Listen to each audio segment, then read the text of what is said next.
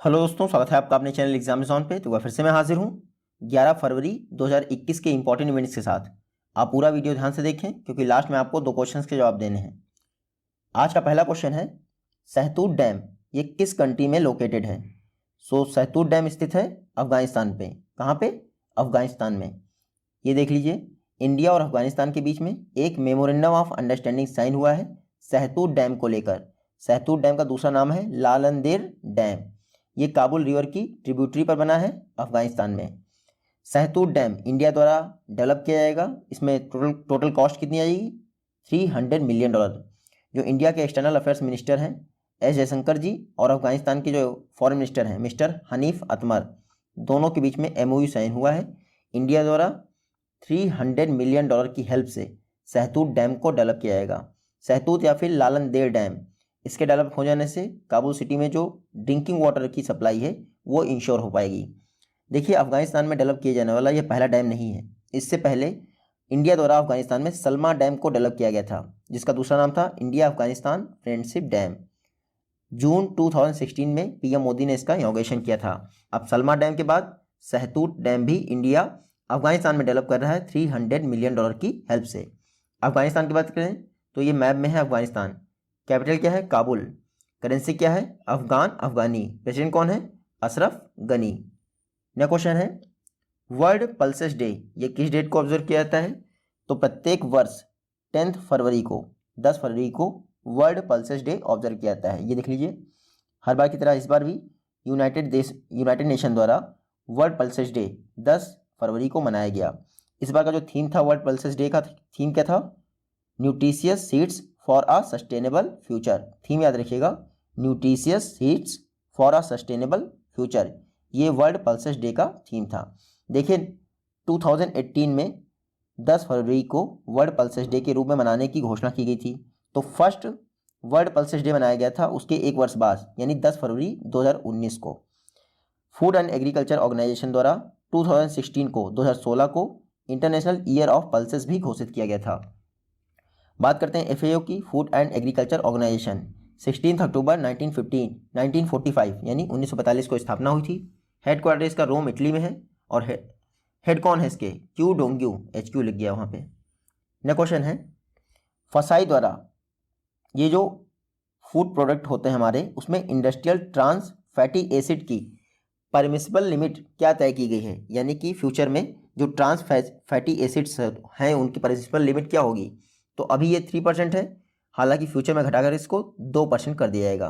Recently फसाई ने announce किया है कि ट्रांस फैटी एसिड्स जो कि हमारे फूड प्रोडक्ट्स में पाए जाते हैं, इनको घटाकर 2% कर दिया जाएगा। ये जो 2% वाला क्राइटेरिया है ये 1 जनवरी 2022 से लागू हो जाएगा। हालांकि 2021 के लिए ट्रांस फैटी एसिड्स 3% ही रहेंगे। पिछले वर्ष ये 5% इनकी लिमिट थी, जिसको 2021 के लिए घटाकर 3% कर दिया गया है, और अब 3% को भी 2022 के लिए घटाकर 2% कर दिया गया है। ये संशोधन कैसे आया? देखिए, food safety and standards regulation जो है पास हुए थे 2011 में जारी हुए थे, उन्हीं में संशोधन करके फसाई ने ये अप्रूवल दिया है कि ट्रांस फैटी एसिड्स इनको 2022 में घटाकर 2% कर देना है। इनसे क्या होता है, जो ट्रांस फैट्स होते हैं इनसे हार्ट अटैक का रिस्क बढ़ जाता है। जो आप बर्गर पिज़्ज़ा वगैरह खाते हैं इसमें ट्रांस फैट्स पाए जाते हैं। तो नेचुरल फैट्स इतना नुकसानदेह नहीं होता है, जबकि इंडस्ट्रियल फैट नुकसानदेह होता है। तो इंडस्ट्रियल ट्रांस फैटी एसिड को घटाकर 2% करना है। 1 जनवरी 2022 से लागू हो जाएगा। फसाई की बात करें, food safety and standard authority of India, अगस्त 2011 में इसकी स्थापना की गई थी। न्यू दिल्ली में इसका हेडक्वार्टर है। चेयरपर्सन कौन है? रीता तेवतिया। और CEO कौन है इसके? अरुण सिंघल। नेक्स्ट क्वेश्चन है, स्काई रूट जो कि हैदराबाद बेस्ड एक स्पेस स्टार्टअप है, इसको किसके द्वारा फाउंड किया गया था? तो स्काई रूट की स्थापना की गई थी पवन कुमार चंदना। किसके द्वारा? पवन कुमार चंदना। देखिए, रिसेंटली स्काई रूट ने एक MOU साइन किया है ऑर्बिटल ट्रांसफर व्हीकल के लिए। किसके साथ? Bellatrix aerospace. तो बेलाट्रिक्स एरोस्पेस और स्काई रूट दोनों इंडिया की ही फर्म है। हालांकि ये जो ऑर्बिटल ट्रांसफर व्हीकल है इसको बेलाट्रिक्स एरोस्पेस द्वारा डेवलप किया गया है, जिसका यूज़ करना है किसको? स्काई रूट को करना है। क्यों? विक्रम सीरीज को लॉन्च करने के लिए। देखिए, विक्रम सीरीज ये स्काई रूट की एक सीरीज है जिसको लॉन्च करने की प्लानिंग स्काई रूट कर रहा है, और इसके लिए उसने बेलाट्रिक्स एरोस्पेस के साथ पार्टनरशिप की है। इसमें वो जो बेलाट्रिक्स का ऑर्बिटल ट्रांसफर व्हीकल है इसको यूज़ करेगा स्काई रूट। लगभग 2023 तक ये विक्रम रॉकेट जो है अपनी कक्षा में पहुंच जाएंगे, आप याद रखिएगा। स्काई रूट एरोस्पेस की बात करें तो जून 2018 में स्थापना हुई थी। हेडक्वार्टर इसका हैदराबाद में है। CEO हैं पवन कुमार चंदना और यही फाउंडर भी हैं। नेक्स्ट क्वेश्चन है, इंडिया का एकमात्र न्यूज़पेपर जिसको किसी दलित वुमेन द्वारा रन किया जाता है। तो ये न्यूज़ भी बन गई क्योंकि ये ऐसे ही न्यूज़ में लिखा था। तो इंडिया का एकमात्र न्यूज़पेपर है खबर लहरिया, यूपी से पब्लिश होता है खबर लहरिया। ये एकमात्र न्यूज़पेपर है इंडिया का जिसको किसी दलित वुमेन द्वारा रन किया जाता है। ये चर्चा में इसलिए है क्योंकि खबर लहरिया में रिसेंटली एक डॉक्यूमेंट्री पब्लिश हुई थी, या ये कह सकते हैं एक न्यूज़ पब्लिश हुई थी जिसका नाम था राइटिंग विद फायर। ये राइटिंग विद फायर जो आर्टिकल था इसको सन डांस फिल्म फेस्टिवल 2021 के दौरान वर्ल्ड सिनेमा डॉक्यूमेंट्री में ऑडियंस अवार्ड से सम्मानित किया गया है। तो इतनी लंबी ये न्यूज़ थी। राइटिंग विद फायर ये क्रॉनिकल प्रिंट हुआ था खबर लहरिया न्यूज़पेपर में, और राइटिंग विद फायर को वर्ल्ड सिनेमा डॉक्यूमेंट्री में ऑडियंस अवार्ड मिला है सन डांस फिल्म फेस्टिवल 2021 के दौरान। ये सन डांस फिल्म फेस्टिवल 2021 कहाँ हुए हैं? USA में हुए हैं। किसने ऑर्गेनाइज किया है? सन डांस ऑर्गेनाइजेशन द्वारा इसको ऑर्गेनाइज किया गया है। राइटिंग विद फायर ये एक डॉक्यूमेंट्री है, फिल्म डॉक्यूमेंट्री, जिसको मीरा करके एक जर्नलिस्ट हैं इसी खबर लहरिया न्यूज़पेपर में, उन्होंने रिंतु थॉमस और सुस्मित घोष की हेल्प से बनाया है। तो खबर लहरिया याद रखिएगा और सन डांस फिल्म फेस्टिवल याद रखिएगा जो कि USA से है। नेक्स्ट क्वेश्चन है, पवन मुंजल, इनको the economic times award for corporate excellence, यानी कि कॉर्पोरेट एक्सीलेंस के लिए इकोनॉमिक टाइम अवार्ड दिया गया है 2020 के लिए। ये किस टू व्हीलर कंपनी के चेयरपर्सन हैं? तो पवन मुंजल हीरो मोटर कॉर्प्स के चेयरपर्सन हैं। तो 2020 के लिए इकोनॉमिक टाइम्स अवार्ड की घोषणा हो चुकी है। आपको याद बहुत कुछ रखना है। पहली तो ये देख लीजिए, इकोनॉमिक टाइम्स अवार्ड ने कॉर्पोरेट एक्सीलेंस के लिए किसको सम्मानित किया है? पवन मुंजल को। ये हैं पवन मुंजल। दूसरा अवार्ड दिया गया है business reformer of the year, economic time business reformer of the year award से सम्मानित किया गया है शक्तिकांत दास को, याद रखते जाइएगा। दूसरा, economic times life time achievement award से किसको सम्मानित किया गया है? आदित्य पुरी को। तो ये 3 अवार्ड दिए गए हैं इकोनॉमिक टाइम्स 2020 में। पहला था आपका कॉर्पोरेट एक्सीलेंस अवार्ड, किसको मिला है? पवन मुंजल को, हीरो मोटर कॉर्प वाले। Business reformer of the year award economic times किसको मिला है? Shaktikanta Das, RBI governor. और life time achievement award economic times 2020 किसको मिला है? आदित्य पुरी। तो ये तीनों अवार्ड रखिएगा। ये जो अवार्ड मिले हैं इनको एक ज्यूरी द्वारा, यानी इन तीनों मेंबर को एक ज्यूरी द्वारा सेलेक्ट किया गया था। उस ज्यूरी को हेड कर रहे थे सुंदर पिचई, जो कि गूगल एंड अल्फाबेट इंक के CEO हैं। इकोनॉमिक टाइम्स अवार्ड ये जो है 2017 से दिए जाते हैं। तो इन तीनों लोगों का उनकी कैटेगरी में नाम याद रखिएगा, खास करके life time achievement award Aditya Puri. Next question है, रिसेंटली किस कंपनी द्वारा डिजिटल ओवरहेड HUD सिस्टम की सप्लाई के लिए Elbit system electro optics limited के साथ एग्रीमेंट साइन किया गया है? तो HAL ने, किसने? हिंदुस्तान एरोनॉटिक्स लिमिटेड ने एल्बिट सिस्टम के साथ एग्रीमेंट साइन किया है डिजिटल ओवरहेड HUD सिस्टम को सप्लाई करने के लिए। ये देख लीजिए, HAL ने इजराइल की एक फर्म है Elbit system electro optics limited, इसके साथ एग्रीमेंट साइन किया है डिजिटल ओवरहेड HUD सिस्टम को सप्लाई करने के लिए। ये जो डिजिटल ओवरहेड HUD सिस्टम है ये युद्ध के दौरान अपने जो एनिमीज़ होते हैं उन पर निगरानी करने के काम आता है। अभी इंडिया में डेवलप नहीं किया जाता है, हालांकि अब Elbit system electro optics limited जो कि इजराइल की फर्म है इसके साथ HAL ने एग्रीमेंट कर लिया है। तो अब ये जो डिजिटल ओवरहेड HUD सिस्टम है ये हिंदुस्तान एरोनॉटिक्स लिमिटेड के कोरवा डिवीज़न में, कहाँ पे? कोरवा डिवीज़न में मैन्युफैक्चर किया जाएगा। ये डिवीज़न यूपी में है। इस समय HAL बहुत चर्चा में है क्योंकि इंडियन एयरफोर्स द्वारा 70 STT ट्रेनर एयरक्राफ्ट और 40 बेसिक ट्रेनर एयरक्राफ्ट का रिक्वेस्ट फॉर प्रपोजल रिसीव कर लिया गया है HAL द्वारा, यानी कि लगभग 7-4-11 110 ट्रेनर एयरक्राफ्ट बनाकर देगा ये इंडियन एयरफोर्स को HAL। तो हिंदुस्तान एरोनॉटिक्स लिमिटेड बहुत चर्चा में है। 1940 में इसकी स्थापना हुई थी, हेडक्वार्टर इसका बेंगलुरु में है और CMD कौन है? R माधवन। नेक्स्ट क्वेश्चन है, महिमा कौल इंडिया और साउथ एशिया के लिए पब्लिक पॉलिसी की डायरेक्टर थी। इन्होंने अभी रिज़ाइन कर दिया है किस कंपनी से? तो महिमा कौल ने ट्विटर से रिज़ाइन कर दिया है। ट्विटर इस समय आपको पता ही है क्या कह रहा है। रिसेंटली महिमा कौल ने ट्विटर से रिज़ाइन कर दिया है। ये ट्विटर में India south Asia public policy की डायरेक्टर हुआ करती थी। 5 वर्षों तक महिमा कौल ने ट्विटर के साथ काम किया। मार्च 2021 तक अभी भी काम करेंगी। ये है महिमा कौल। इन्होंने ट्विटर से रिज़ाइन कर दिया है। डायरेक्टर थी India and south Asia region की पब्लिक पॉलिसी की। कुछ समय पहले ही अखिल दास ने भी ट्विटर इंडिया से रिज़ाइन कर दिया था। ट्विटर आपको पता ही है डोनाल्ड ट्रंप के ट्वीट को बैन कर देता है, इवन उनका अकाउंट भी सस्पेंड कर देता है, तो उसको फ्री स्पीच नज़र नहीं आती है। लेकिन जब इंडियन गवर्नमेंट कहती है कि इनके अकाउंट बंद करने हैं तो ट्विटर कहता है कि हम फ्री स्पीच को सपोर्ट करते हैं। तो इसको देखते हुए महिमा कौल ने रिज़ाइन कर दिया है कि डबल स्टैंडर्ड नहीं अपनाया जाता है किसी भी पॉलिसी पे। ट्विटर ने कुछ दिन पहले ही डच यानी नीदरलैंड स्थित एक रिव्यू करके स्टार्टअप को एक्वायर कर लिया था। ये मैंने आपको पढ़ाया है। ट्विटर की बात करें 2006 में इसकी स्थापना हुई थी, बहुत चर्चा में है, याद रखिएगा। सैन फ्रांसिस्को में इसका हेडक्वार्टर है, कैलिफोर्निया में नहीं है, ये भी याद रखिएगा। सीईओ कौन है? Jack Dorsey. नेक्स्ट क्वेश्चन है सस्मिता लेंका, इनको यूनाइटेड नेशन के एशिया इन्वायरमेंट इन्फोर्समेंट अवार्ड से सम्मानित किया गया है। आपको बताना है ये किस इंडियन स्टेट से बिलोंग करती हैं? तो सस्मिता लेंका ये ओडिशा से बिलोंग करती है। कहाँ से? ओडिशा। ये देख लीजिए, सस्मिता लेंका इंडिया की फर्स्ट फीमेल कैंडिडेट हैं या फिर फर्स्ट फीमेल फॉरेस्ट ऑफिसर हैं जो कि ओडिशा से बिलोंग करती हैं। इनको यूनाइटेड नेशन के एशिया इन्वायरमेंट इन्फोर्समेंट अवार्ड से सम्मानित किया गया है। ये हैं आपकी Sasmita Lenka, first Indian female हैं जिनको यूनाइटेड नेशन के एशिया इन्वायरमेंट इन्फोर्समेंट अवार्ड से सम्मानित किया गया है। यूनाइटेड नेशन द्वारा gender leadership and impact category के तहत ये सस्मिता लेंका को सम्मानित किया गया है। सस्मिता लेंका को सम्मानित क्यों किया गया है? जो पेंगोलिन का इलीगल ट्रेड हो रहा था उसके वजह में अवेयरनेस कैंपेन चलाया था सस्मिता लेंका ने। इनको यूनाइटेड नेशन के एशिया इन्वायरमेंटल इन्फोर्समेंट अवार्ड से सम्मानित किया गया है। यूनाइटेड नेशन की चर्चा में है, कुछ समय पहले ही इन्होंने क्लाइमेट सॉल्यूशंस एंड एम्बिशन पर माइकल ब्लूमबर्ग को एक स्पेशल इन्वॉय अपॉइंट किया है। तो माइकल ब्लूमबर्ग को स्पेशल इन्वॉय अपॉइंट किया है यूनाइटेड नेशन ने क्लाइमेट एम्बिशन एंड सॉल्यूशंस पर। यूनाइटेड नेशन की बात करें 24 अक्टूबर 1945 में स्थापना हुई थी। हेडक्वार्टर न्यूयॉर्क में है इसका और सेक्रेटरी जनरल कौन है? Antonio Guterres.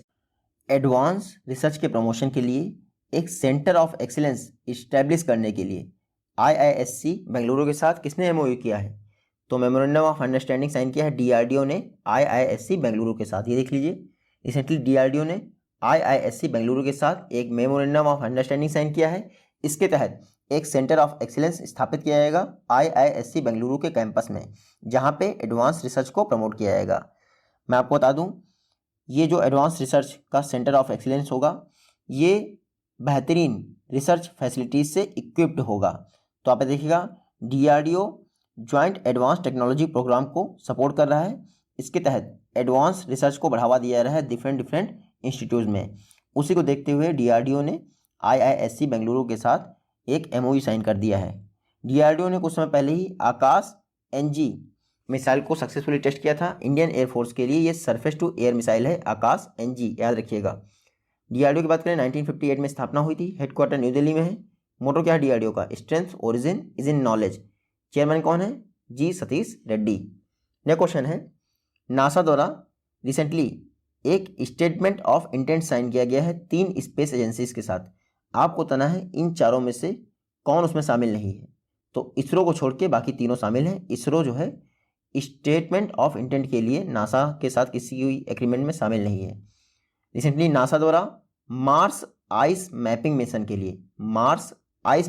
के लिए 3 इंटरनेशनल स्पेस एजेंसीज के साथ स्टेटमेंट ऑफ इंटेंट साइन किया गया है। तो वो 3 इंटरनेशनल स्पेस एजेंसीज कौन है? Italian space agencies, Canadian space agencies और जापानीज एरोस्पेस एजेंसीज। इन तीनों के साथ मिलकर नासा ने एक स्टेटमेंट ऑफ इंटेंट साइन किया है जो मार्स मंगल पर आइस है उसकी मैपिंग के लिए। तो मार्स आइस मैपिंग मिशन के लिए नासा ने 3 इंटरनेशनल स्पेस एजेंसीज के साथ एक स्टेटमेंट ऑफ इंटेंट साइन किया है। नासा ने कुछ समय पहले ही भव्या लाल को recently chief of space staff appoint किया था। भव्या लाल नासा की chief of space staff appoint हो गई हैं, नाम याद रखिएगा। साथ ही साथ स्फेरेक्स ऑब्जर्वेटरी कौन लॉन्च कर रहा है? नासा स्पेस एक्स के साथ मिलकर लॉन्च कर रहा है। नासा की स्थापना भी 1958 में हुई थी। वॉशिंगटन DC में इसका हेडक्वार्टर है और इस समय एडमिनिस्ट्रेटर कौन है नासा के? स्टीव जर्स्की। क्योंकि आपके जो जिम ब्रेडस्टाइन थे उन्होंने रिज़ाइन कर दिया है। नेक्स्ट क्वेश्चन है, ministry of environment forest and climate change के तहत NCAP national clean air programme जो कि 2019 में लॉन्च किया था, इसमें कितने सिटीज़ को अब कवर किया जाएगा? तो स्टार्टिंग में 102 थी, अब लेकिन 122, कितनी 122 सिटीज़ को नेशनल क्लीन एयर प्रोग्राम में कवर किया जाएगा। ये देख लीजिए, जो प्रकाश जावड़ेकर जी हैं उन्होंने अनाउंस किया है national clean air programme 122 India के शहरों में इम्प्लीमेंट किया जाएगा। एयर पोल्यूशन को कंट्रोल करने के लिए ये प्रोग्राम लॉन्च किया गया था। कब? आपके लॉन्च किया था 2019 में। उस समय डॉक्टर हर्षवर्धन जी इन्वायरमेंट मिनिस्टर थे। स्टार्टिंग में 102 सिटीज़ की बात की गई थी, लेकिन अब कह दिया गया है कि 122 सिटीज़ में लागू होगा इंडिया के 23 स्टेट्स में। जो नेशनल क्लीन एयर प्रोग्राम है इसका मेन पर्पज़ ये है 2024 तक 2024 तक 20% कम से कम 20% एयर पोल्यूशन में कमी लाना। और PM 2.5 साथ ही साथ PM 10 के लिए अलग अलग टारगेट हैं। PM 2.5 20% कवर होना चाहिए यानी कम होना चाहिए, और PM 10 30% कवर होना चाहिए 2024 तक। लेकिन बेस ईयर क्या सेट किया गया है 2017 के लेवल से। तो याद रखिएगा 20% एयर पोल्यूशन, 20% PM 2.5 और PM 10 कितना 30%, ये अलग अलग याद रखिएगा। नेशनल क्लीन एयर प्रोग्राम 2019 जनवरी में लॉन्च किया था डॉक्टर हर्षवर्धन द्वारा। स्टार्टिंग में टारगेट था 102। नेक्स्ट क्वेश्चन, इंडिगो एयरलाइंस के चीफ फिनेंशियल ऑफिसर का पदभार किसने संभाला है? तो रिसेंटली जितेन चोपड़ा ने इंडिगो एयरलाइंस के चीफ फिनेंशियल ऑफिसर का पदभार संभाल लिया है। ये हैं जितेन चोपड़ा, अब ये इंडिगो एयरलाइंस के चीफ फिनेंशियल ऑफिसर बन गए हैं। इंडिगो एयरलाइंस का फुल फॉर्म क्या है? इंटर ग्लोब एविएशन लिमिटेड, ये है इंडिगो एयरलाइंस का फुल फॉर्म। अब जितेन चोपड़ा इसके चीफ फिनेंशियल ऑफिसर होंगे। जितेन चोपड़ा ने इसको रिप्लेस किया है, आदित्य पांडे को रिप्लेस कर दिया है। इंडिगो जो है कंट्री की यानी इंडिया की लार्जेस्ट डोमेस्टिक कैरियर है, सबसे टाइम पे जाती है इंडिगो। इंडिगो की बात करें, इंटर ग्लोब एविएशन लिमिटेड 2005 में इसकी स्थापना हुई थी, गुरुग्राम में हेडक्वार्टर है। CEO कौन है? रोनो दत्ता। नेक्स्ट क्वेश्चन है, ये है फेमस पर्सनालिटीज राजीव कपूर और जॉर्ज स्लज, इनका निधन हो गया है। दोनों को देख लीजिए, ये हैं राजीव कपूर, ये फेमस एक्टर थे, डायरेक्टर थे, कपूर खानदान से बिलोंग करते थे। इनकी एक मूवी थी आप जानते ही होंगे, राम तेरी गंगा मैली, उसमें जो लीड एक्टर थे वो राजीव कपूर ही थे। रिसेंटली इनका निधन हो गया। दूसरे हैं जॉर्ज स्लज, ये US सेक्रेटरी ऑफ स्टेट रह चुके थे, तो पॉलिटिक्स से रिलेटेड थे। जॉर्ज स्लज जो रोनाल्ड रीगन थे US प्रेसिडेंट, उस कार्यकाल में ये US सेक्रेटरी ऑफ डिफेंस रहे थे, US सेक्रेटरी ऑफ स्टेट रहे थे, और जो कोल्ड वॉर था उसको समाप्त करने में महत्वपूर्ण भूमिका निभाई थी। George sludge, cold war Russia और USA के बीच में था। फिजिकल ईयर 2021-22 यानी वित्तीय वर्ष 2022-21 के लिए प्रधानमंत्री फसल बीमा योजना के लिए गवर्नमेंट ऑफ इंडिया ने कितना अमाउंट एलोकेट किया है? तो इस फिनेंशियल ईयर के लिए गवर्नमेंट ऑफ इंडिया ने प्रधानमंत्री फसल बीमा योजना के तहत 16,000 करोड़, कितना 16,000 करोड़ अनाउंस किया है। ये देख लीजिए, गवर्नमेंट ऑफ इंडिया ने फिनेंशियल ईयर 2021-22 के लिए 16,000 करोड़ अनाउंस किए हैं प्रधानमंत्री फसल बीमा योजना के तहत, जो लास्ट ईयर के एलोकेशन से 305 यानी 305 करोड़ अधिक हैं। तो पिछली बार कितना अनाउंस हुआ था ये आप माइनस करके पता कर लीजिएगा। प्रधानमंत्री फसल बीमा योजना 5 वर्ष पहले जनवरी 2016 में लॉन्च की थी। गवर्नमेंट ऑफ इंडिया की फ्लैगशिप क्रॉप इंश्योरेंस स्कीम है। इसमें पोस्ट हार्वेस्ट और प्री हार्वेस्ट लॉसेस जो है कवर किए जाते हैं।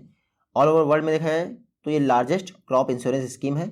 अगर फार्मर पार्टिसिपेशन के साथ देखा जाए तो third largest term of premium के हिसाब से स्कीम है। जो प्रधानमंत्री फसल बीमा योजना है इसके तहत प्रीमियम क्या डिसाइड होता है? तो आप याद रखिएगा, जो फार्मर्स द्वारा प्रीमियम पे किए जाते हैं ये 2% खरीफ क्रॉप के लिए और 1.5% रबी क्रॉप के लिए पे किए जाते हैं। और उसके अलावा जो हमारी हॉर्टिकल्चर क्रॉप्स होती हैं या फिर कॉमर्शियल क्रॉप्स होती हैं उनके लिए 5% का फिक्स प्रीमियम होता है। तो अगर इससे ऊपर का प्रीमियम पे करना है तो कौन बेयर करता है? स्टेट गवर्नमेंट और सेंट्रल गवर्नमेंट बेयर करती हैं। तो 2, 1.5 और 5 ये प्रीमियम है प्रधानमंत्री फसल बीमा योजना के तहत। नेक्स्ट क्वेश्चन है, एक बुक है जिसका नाम है by many a happy accident recollection of a life. इस बुक को किसने लिखा है? तो इस बुक को लिखा है हामिद अंसारी, डॉक्टर हामिद अंसारी, जो इंडिया के वाइस प्रेसिडेंट भी रह चुके हैं। ये बुक है by many a happy accident, doctor Hamid Ansari की मतलब डॉक्टर हामिद अंसारी द्वारा ये लिखी गई बुक है, आप इतना याद रखिएगा। डॉक्टर हामिद अंसारी 2 बार इंडिया के वाइस प्रेसिडेंट रहते हैं, लगातार 2007 से लेकर 2017 तक इंडिया के वाइस प्रेसिडेंट उपराष्ट्रपति रहे हैं डॉक्टर हामिद अंसारी। साथ ही साथ ये इंडियन फॉरेन सर्विस के ऑफिसर भी थे, यूएई में इनकी पोस्टिंग भी हुई थी। डॉक्टर सर्वपल्ली राधाकृष्णन के बाद ये दूसरे उपराष्ट्रपति थे जो लगातार 2 टर्म के लिए वाइस प्रेसिडेंट बने थे। इनकी ये बुक है हैप्पी एक्सीडेंट, नाम याद रखिएगा, by many a happy accident recollection of a life. Doctor Hamid Ansari की बुक है, उन्हीं ने लिखी है। नेक्स्ट क्वेश्चन है, बाबा आमटे रिसेंटली नर्मदा बचाओ आंदोलन के चक्कर में चर्चा में थे।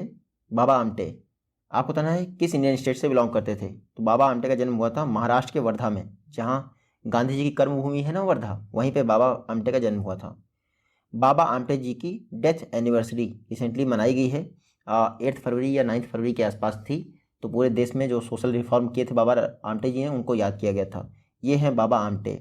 इनको 1986 में पद्म विभूषण मिला था, याद रखिएगा 1986 में पद्म विभूषण मिला था।